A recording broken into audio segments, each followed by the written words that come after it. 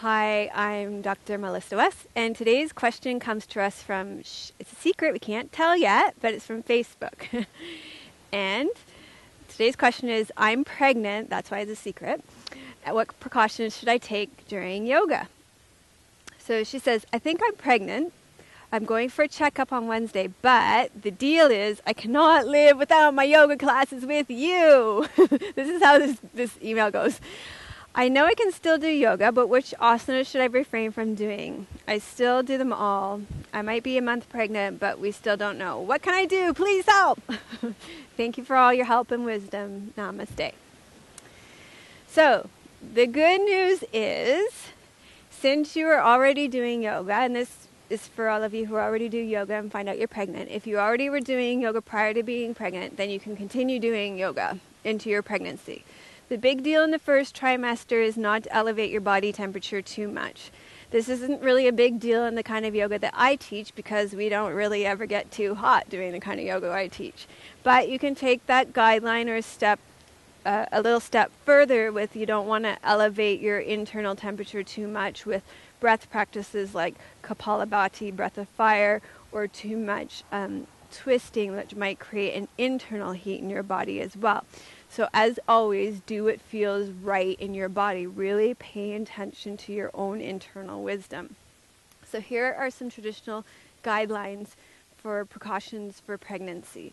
Avoid lying on your back after the first trimester.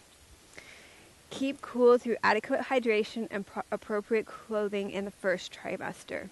Avoid holding your breath. Focus on continuous breathing. So if we do any breath practices where there's holding of your breath, just breathe continuously. If you have Diastasis Recti, avoid abdominal exercises prior to the 4th month. Your ligaments become very relaxed due to the hormone relaxin, so avoid overstretching, which it might be a little tempting to do when you're pregnant because you'll be like, wow, I'm such a flexible yogi now. Don't go there. And you want to avoid rapid changes in direction, but that's more like if you're playing tennis, not if in yoga we don't really do that. Avoid prolonged or strenuous exertion during the first trimester. Maintain adequate nutrition and hydration before and after exercise. Take precaution in balancing postures to avoid falling. So nobody likes to see a pregnant woman falling over, so stay close to the wall or something. Also, for every hour of exercise, you want to follow with an hour of rest.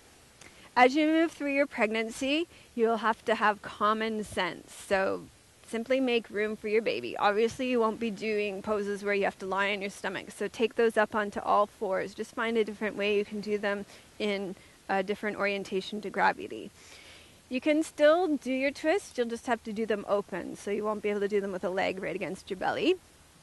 You can still do your inversions and back bends that you were doing prior to becoming pregnant if you've been practicing yoga regularly. Instead of doing sun salutations, do moon salutations. If in doubt, sub in a squat for whatever we're doing. And then join back in when you can. Of course, I have a prenatal yoga video that I would highly recommend. So you can check that out on my shop, and we'll link to it in the show notes here. Finding a great yoga class is becoming more costly and difficult. Now there's a better way to self-improvement in the privacy of your own home. Visit Dr. Melissa West at melissawest.com and start getting free weekly online videos. Real yoga for real people.